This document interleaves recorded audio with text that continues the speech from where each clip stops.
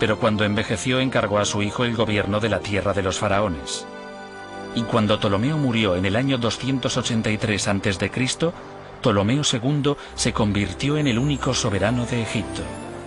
La gran dinastía tolemaica continuaría durante casi 300 años hasta la muerte de Cleopatra y dejaría una huella indeleble en la Biblioteca de Alejandría.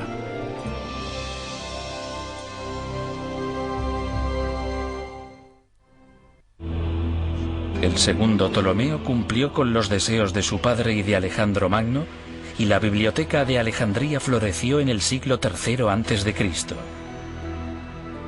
Ptolomeo II gobernó con su hermana, y bajo su reinado la biblioteca y el museo crecieron y prosperaron. Fue la edad de oro de Alejandría. Además de ampliar la biblioteca y el museo, Ptolomeo II construyó la última de las 7 maravillas del mundo antiguo: un faro colosal en la isla de Faros.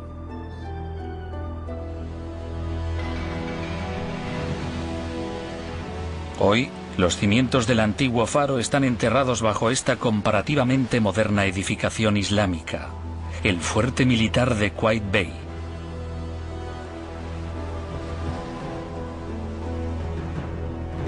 Pero en la época tolemaica, los viajeros que llegaban a Alejandría contemplaban el primer faro de la historia diseñado arquitectónicamente, una maravilla de la construcción de 3 niveles de unos 120 metros de altura. Se precisaban enormes cantidades de combustible para mantener el faro encendido. Los antiguos quemaban seguramente excrementos animales para poder enviar un poderoso haz de luz de bienvenida de Alejandría al mundo.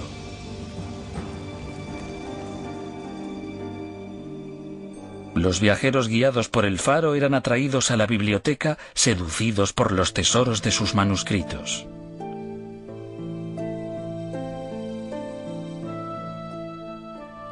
La historia de Egipto sería una de las cosas típicas que se podían encontrar en la biblioteca. Historia y archivos y literatura serían un ejemplo del tipo de documentos necesarios para que un estudioso pudiese realizar su investigación. La dificultad estaba desde luego en que había 2 idiomas implicados, el egipcio y el griego. Pero la lengua básica de la biblioteca era casi en su totalidad el griego, ya que había un soberano griego, una corte griega y una cultura griega impuesta en la increíblemente antigua civilización de Egipto. La biblioteca almacenaba todo tipo de literatura. Todos los grandes filósofos griegos deben haber estado representados, incluyendo los escritos de Diógenes. Diógenes se había inspirado en un joven campesino que vivía en la sencillez. Como ese joven, Diógenes renunció incluso a su copa usando para beber sus propias manos.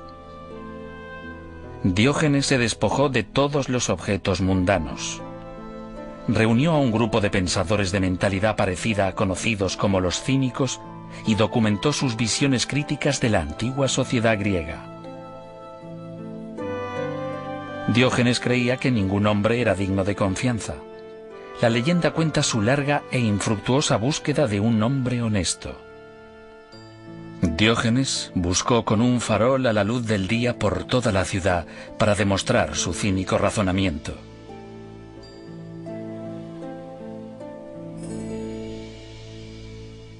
Los manuscritos de Diógenes el Cínico constituyeron una parte de la inmensa colección de la biblioteca. La biblioteca de Alejandría era realmente única en un sentido importante. Era ecléctica, lo querían todo.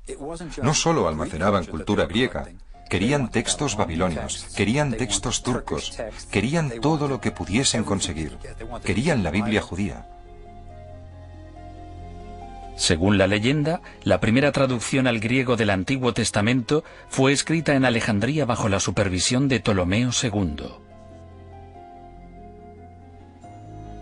Se dice que pidió a 70 sabios judíos que tradujesen y copiasen simultáneamente los libros de la ley judíos.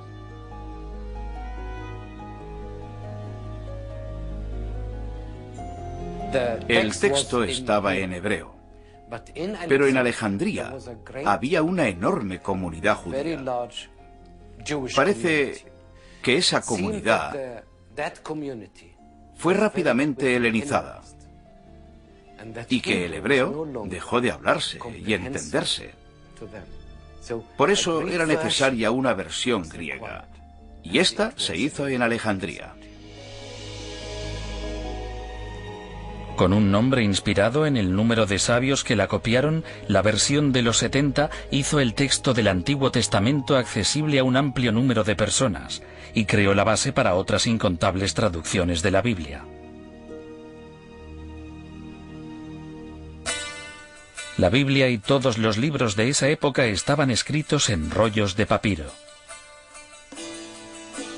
La palabra papel viene de la egipcia papiro, la planta de la que se hacían los rollos de pergamino. Los papiros crecían a lo largo de las orillas del Nilo. Los antiguos prensaban cañas de papiro mojadas.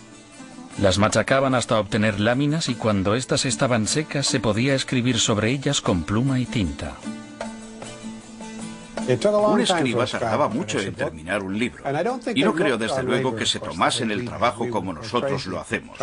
Nosotros nos volveríamos locos tratando de copiar un libro a mano en un papiro, pero era una profesión famosa, y algunos escribas se convirtieron en gente importante. Desde luego, en aquel entonces ser capaz de leer y escribir era casi mágico.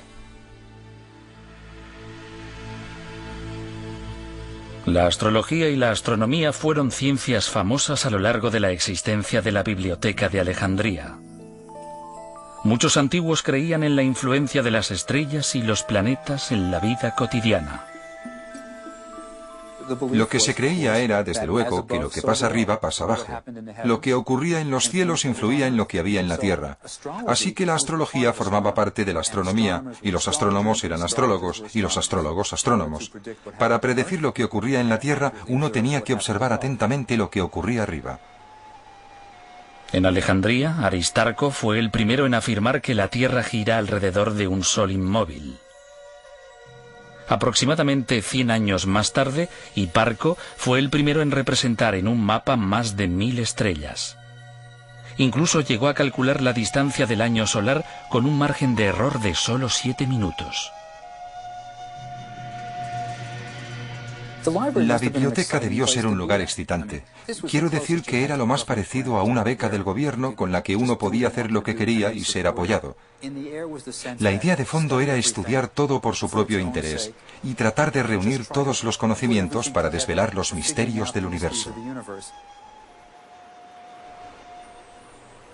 Pero mientras los sabios de Alejandría resolvían los enigmas de la mente, el poder de los romanos iba surgiendo en Oriente. ¿Sería capaz este oasis del conocimiento de sobrevivir en un mundo cada vez más amenazador? En Alejandría, otro Ptolomeo fue coronado rey de Egipto en el año 246 a.C. Ptolomeo III era un conquistador. Viajó por todo el mundo y regresó a Alejandría con valiosísimos tesoros egipcios robados por los persas 300 años antes. Este acto de restauración hizo que Ptolomeo III se ganase el título de benefactor. Bajo su reinado, la tradición del aprendizaje prosperó en Alejandría durante otra generación. Alrededor del año 235 a.C., el honorable cargo de jefe de la biblioteca fue desempeñado por Eratóstenes. Siguiendo la tradición, el influyente erudito también sirvió como preceptor de la familia real. Este sabio de 40 años de edad dominaba una gran variedad de materias, desde la poesía hasta la ciencia.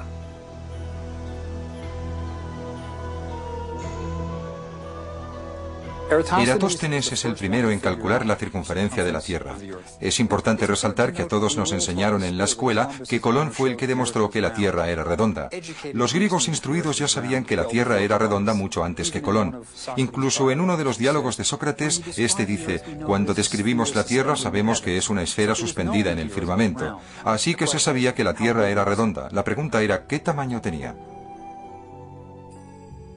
Observando la proyección de las sombras en Alejandría y en el sur de Egipto al mediodía en el mismo día, y calculando la diferencia entre el tamaño de cada sombra y la distancia entre los dos puntos de referencia, Eratóstenes fue capaz de calcular la circunferencia de la Tierra. Dijo que la Tierra tenía una circunferencia de 39.700 kilómetros. Sorprendentemente, solo se equivocó en unos 322.